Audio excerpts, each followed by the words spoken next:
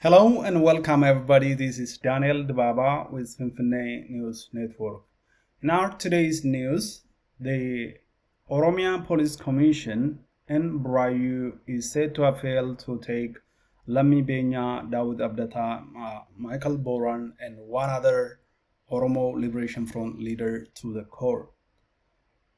The four Oromo Liberation Front leaders are said to have a court appointment today, but the Oromia Police Commission, the Karayyu Police Commission, and the Attorney General have failed to take them to the court. Accordingly, the court is said to have asked the Police Commission to take the top Oromo Liberation Front leaders to the court on July 4th. The Oromo Liberation Front and the Oromo Federalist Congress, the two major Oromo independent political organizations, political parties, are said to have issued a statement on the recent Tole Massacre. The massacre happened on June 20th at a place called Tole in Gambella area. The government and other affiliated media outlets have implicated the Oromo Liberation Army in conducting the massacre. However, the Oromo Liberation Army has issued two strong statements denying any involvement with the massacre. In a statement that the OLA released today, the OLA demanded independent human rights investigation into the massacre. Despite the government officials linking the OLA to the massacre and to the recent OLA operation in the area, the OLA explained that its operations had only two purposes. One was to release Oromo political prisoners, and the other was to capture weapons in weapon depot in Gambella city. After conducting the operation, the OLA forces vacated within 24 hours. The OLA explained that it did not take the action, and the place where the massacre happened was between Gambella and Nakamt, and the area was under the control of Prosperity Party forces between June 14th and June 20. The massacre was said to have happened on June 20, when the place was under the control of the Ethiopian government forces. So who is the perpetrator of this crime? Who conducted the massacre on the residence of Tole? In the initial news that the international news outlets have disseminated, the massacre happened to Amharas, just the Amharas. In that news, the Oromos are described as the perpetrator, and the Amharas were described as victims. They were comparing the alleged massacre, the Tole Massacre, with the Wallo Oromo massacre that was conducted by Amhara militia and Ethiopian government security forces. One of the news outlets said the current perpetrator were victims in Wallo. So in that news, the Oromos were without any further investigation, without any evidence, the Oromos were implicated as the perpetrators of the Tole Massacre. Of course, the massacre happened in the Oromia region, where most of the residents are Oromo. However, the news that's coming out today indicates that several of the victims were actually Oromo themselves.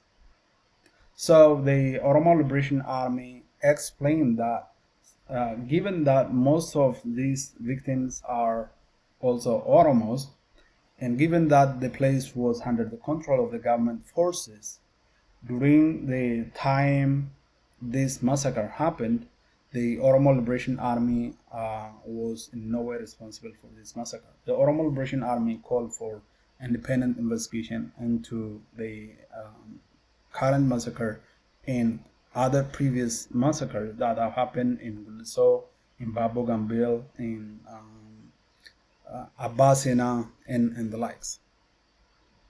We have a video of the whole Oromo Liberation Army statement that was released today. In another news, the Oromo and other people are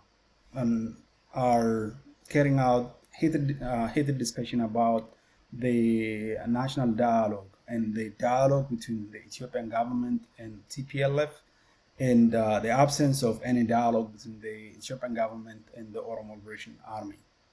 They are also questioning the Jawar Muhammad and Bakale Garba, who are currently conducting some tour in Europe and in American states. The people are talking, are they talking about the Oromo to the diplomat behind the Oromo? And what are they talking? What are they discussing?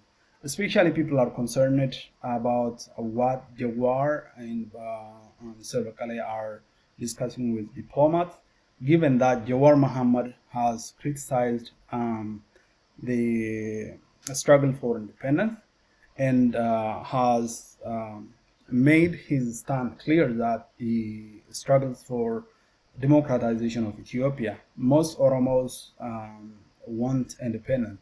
Most Oromos want the Oromia people, the Oromo people, to have a chance for self-determination. Jawar wants to undercut that, and he wants to negotiate on behalf of the Oromo, and he wants the Ethiopia to continue and Ethiopia to be democratized, and he doesn't want to push for the self-determination that is part of the Ethiopian constitution.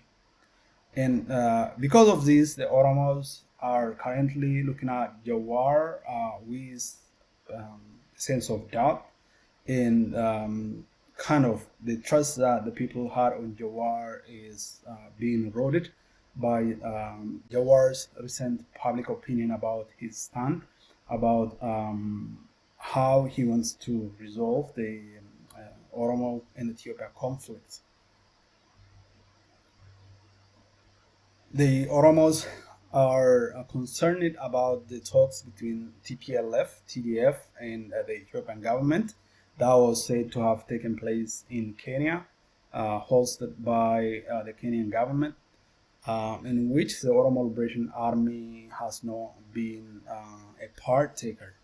So the people are saying if Jawar and Bakale are talking behind doors to diplomats and claim that they represent the Oromo voice, the Oromo demand and the Oromo's aspiration for independence, for self-determination and autonomy might be compromised if they are represented by those who do not stand for what the Oromo people aspire for.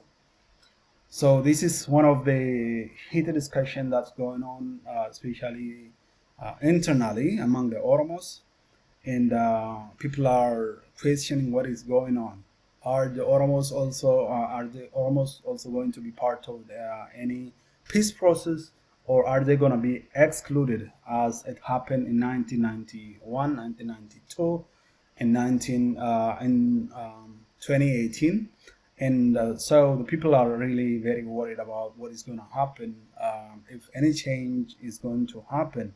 Are TPLF and the Ethiopian government coming back together and making an alliance and fighting against the Oromo, or what is happening? Why is TPLF and Prosperity Party meeting separately in Kenya? The Ethiopian government is currently at war with the TPLF as well as the OLA, but the Ethiopian Prosperity Party, the Ethiopian current ruling party, has not shown any interest in negotiating with the Oromo Liberation Army or the Oromo people. Most of the Oromo Liberation Front leaders are currently in jail without any crime. They have been denied medical attention. Some of them are sick and infected in jails, and they are very struggling. And most of the Oromo Liberation Front offices have been shut down. The properties of the party have been confiscated. The government has, in effect, made any peaceful struggle impossible in the country. It was in this situation that the government is talking to some of its opponents. Of course, the TPLF was a partner with the OPDOs and other people's organization that it established before up to 2018.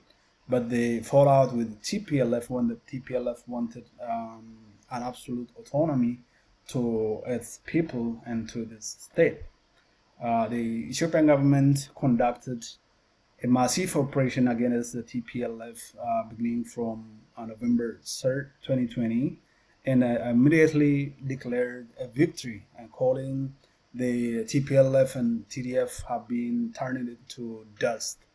But what followed over the next few months was very surprising. The TDF was able to push out the Ethiopian government security forces from all Tigray lands, including the capital, and recaptured the capital. And currently, it's a de facto state within a state. The Tigray People Liberation Front and the Tigray Defense Force are their own government, and they sometimes enter into the northern part of Ethiopia, into Wallo, into Afar, into Amharas state, and conduct some operations. The TDF has also been fighting with the Eritrean forces and the Amhara Fanos, the Ethiopian security forces in the western part of Tigray, but it looks like that has subsided right now since the Eritrean forces were defeated and departed from the area. So it looks like the Tigray is currently almost independent, a de facto country, waiting for a referendum and an acceptance into as maybe 59th state, African state. It was in this situation that the TDF and TPLF are currently in talks with the Abiy Ahmed government. At this same time, the Prosperity Party has intensified its war on the Oromo Liberation Army. In the last couple of days, the Abiy Ahmed government has declared a new round of war against the Oromo Liberation Army. This is the third time that the Abiy government has declared a campaign against the Oromo Liberation Army. The first was declared in April 2022, around April 9th, and that lasted a few months and was concluded without any success. The second was immediately followed, and the Ethiopian government deployed ground troops and also conducted several drone attacks and aerial attacks, killing several innocent civilians in Wallo, in Adabarga, in Abuna Gandabarat and Gandabarat, in central Oromia. Several Oromo civilians have been killed during the operations of the government. And so the war has been ongoing, but recently, using the pretext of the Tole Massacre, the Ethiopian government has declared another round of campaign against the Oromo Liberation Front. I don't expect this time it would be different. I don't think it would be successful this round. In the last few days, as reported, the Oromo Liberation Army has conducted several operations against the Prosperity Party forces, killing over 10 Prosperity Party security forces and injuring over 20. in central Oromia.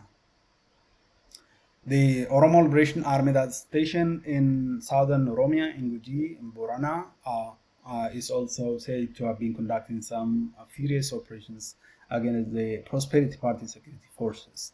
The Oromo Liberation Army that is based in West Oromia, in Wallaga, recently carried out several attacks against the Ethiopian security forces, driving them out from the Gimbi city, from Najo, from several small towns and cities, from Damdolo, and also it conducts operations along with the Gambella Liberation Front in Gambella city, following which the Gambella security forces and the Ethiopian Federal National Security Forces conducted massacre on the Oromo civilians who are residing in Gambella area. So with that, we'll present the Oromo Liberation Front's, the Oromo Liberation Army's today's statement, in which it strongly calls for independent human rights investigation into the alleged massacre in Tole. This is Dana with FNN News Network. The OLA has issued their second statement calling for a human rights investigation of the Tole Massacre. Statement on the botched reporting of the Tole Massacre and the urgent need for independent human rights investigations.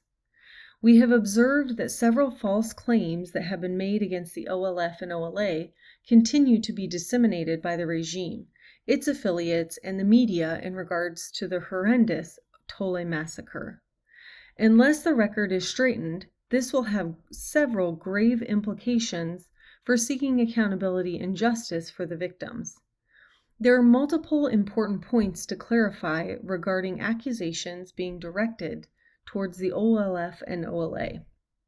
There have also been attempts to link the OLF and OLA's recent offensive in Gimbi to this massacre.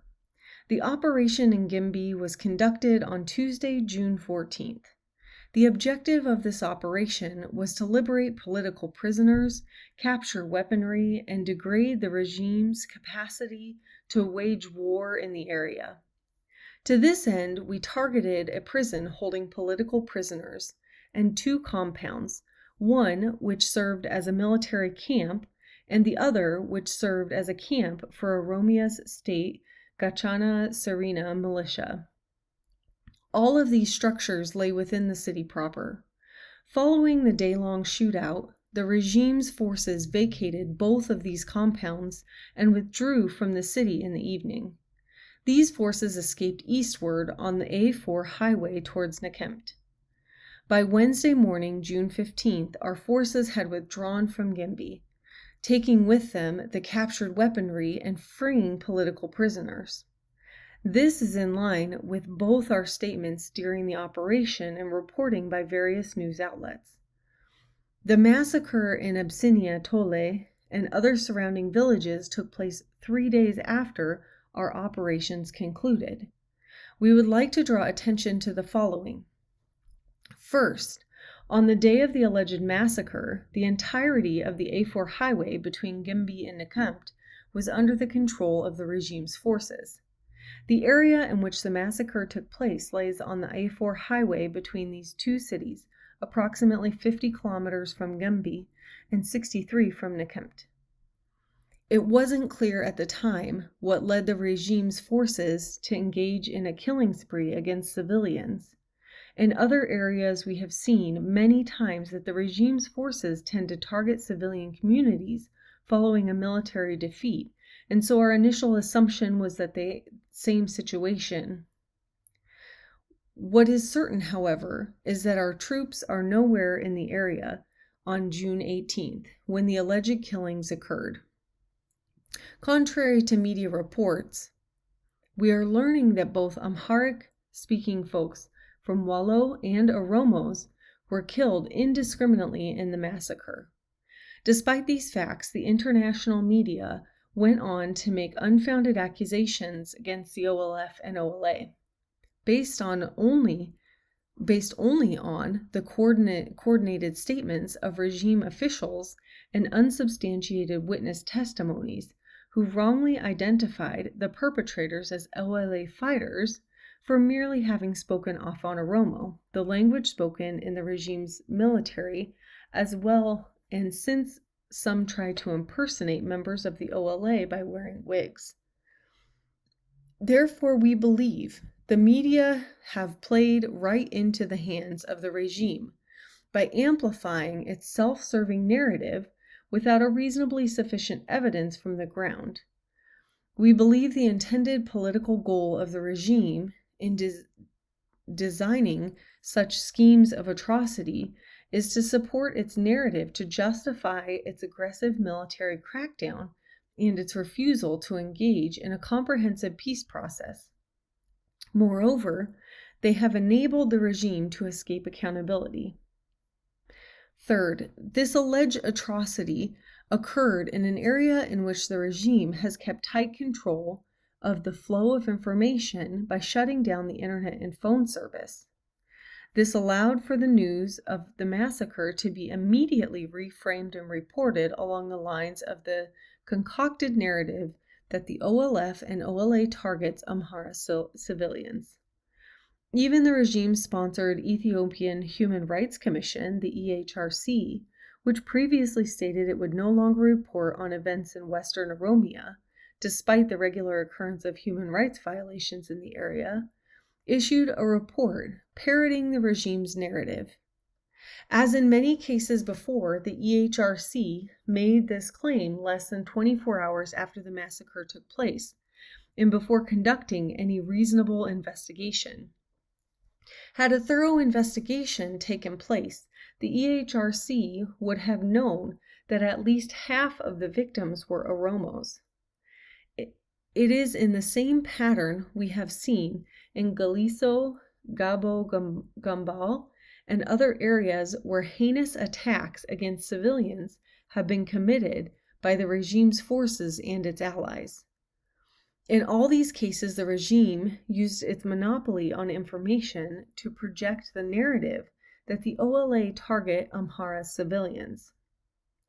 In the case of the Galiso massacre, the regime even pointed fingers at the Tigray government, situated over 1,000 kilometers away, and used the massacre as part of the justification to launch a military offensive on Tigray 2 days later. Fourth, importantly, we found it's troubling that no media have made an effort to obtain real evidence of atrocity regarding an alleged killing of 300 outside of the statement given remotely on the phone from 2 witnesses whose credibility is yet to be established.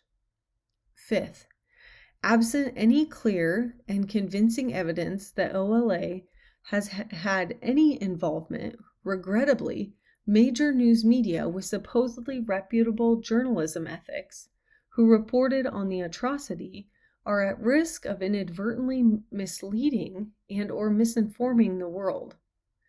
We don't believe such inaccurate reporting will contribute towards conflict resolution in the region. It would rather brew further social conflict. These types of heinous acts have become much too common in this country. We are cognizant of the fact that for far too long, calls for justice have been drowned out by the unending series of accusations and counter-accusations. That is why we maintain that our demand for independent investigations are met forthwith, until an impartial third party is permitted to enter the country and conduct a full investigation of these atrocities without hindrance. It will be futile to expect to see any form of justice for the victims or accountability from the regime. We reiterate our call for an internationally mandated fact-finding mission on this and other atrocities reported in the country. OLF and OLA High Command, June 22nd, 2022. So in that statement, the OLA detailed how it was not responsible for the attack on civilians And it also explained that some of the victims, about 50% of the victims, actually were Oromos.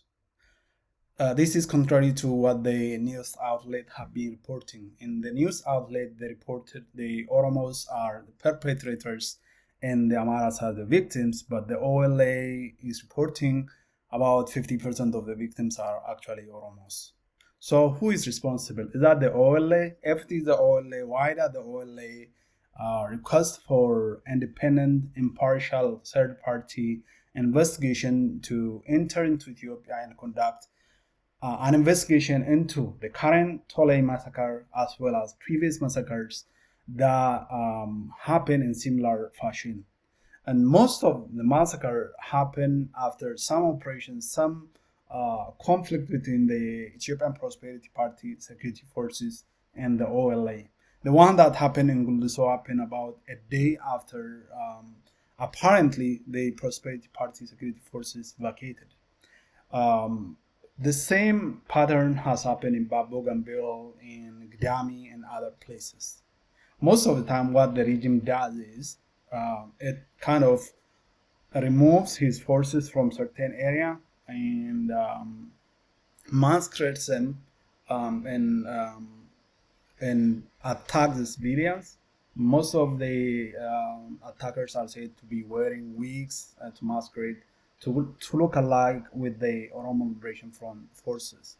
Most of the Oromo Liberation Forces wear long hairs and braids because they operate in less conducive environment and they don't have time for barber and to get their hair cut and the likes, but so they wear the hair long mostly. And so it has been a tradition of the Oromo Liberation Front and the Oromo Liberation Army.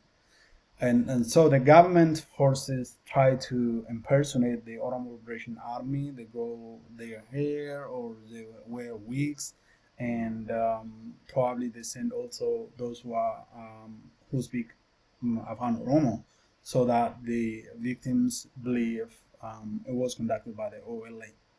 With that, the government appears to gain some kind of international support and also to categorize the Oromo Liberation Army as violent and against the people.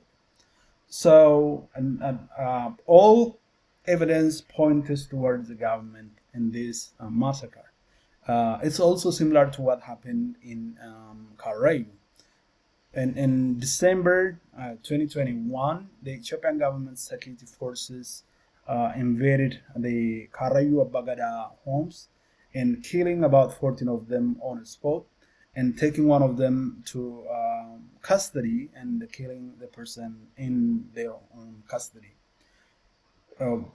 Within the same day and the next day, the government blamed the OLA for the attack on the Karayyu Bagada leaders. But the Ethiopian security forces and the Ethiopian government couldn't control the news because some among the Ethiopian government felt they need to come out and denounce this action of the government. And they, especially one of the recent recruits, one of the Oromos who turned back from Canada, came out and announced that he confessed that the attack on the Karayyu Bagana has actually been conducted by the Oromia state government and the Ethiopian federal government. This was not an isolated incident. The Ethiopian government security force have been conducting mass killings in Wallo, in the north of the country, in central Oromia, in Gindabarat, Abuna Gindabarat, as I mentioned. And so this has been ongoing. And if the Ethiopian government is innocent, if the security forces are innocent, why would the Ethiopian government deny journalists from going to the site? Why wouldn't the Ethiopian government call for UN Human Rights Commission and United Nations special rapporteurs to travel to the area and investigate who actually conducted the massacre. So in Ethiopia at this moment, the lives of the people, especially those residing in far cities and towns and rural places, are cheaper than the lives of animal everywhere else. So the government kills whoever it wants. The government takes some people from jail, from prisons, and massacres them and throws in the bush. And the safety and security of the people is at this moment very in a very dangerous situation. There is a very serious concern about the safety of the people, especially those affiliated with the Oromo Liberation Front and the Oromo Liberation Army. Family members are not free. Family members are taken out of their homes. They are harassed. They are killed in different parts of the country.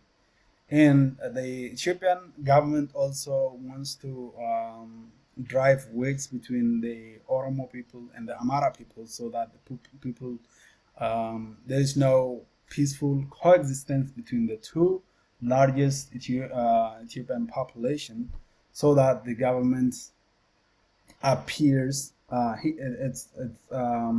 government appears the force of peace, and it is the only one that can bring about some peace in the area. The government wants to appear like that, and also by blaming the Oromo Liberation Army, the Ethiopian government wants to exclude the Oromo Liberation Army from any negotiation, especially if third parties, including the Western countries, are involved. So it appears that all our sources and evidence that we have been receiving indicates it's most likely that the Ethiopian government is actually behind the Tole Massacre and other massacres that happened in the last week and several months in the past. That's it for today. Thank you for watching. Thank you for following us. Subscribe to our channel, follow us, share our content. If you have any question or suggestions, send us an email, or you can communicate with us through our social media. You can communicate with us via our website, fnnmedia.org as well. Thank you for watching.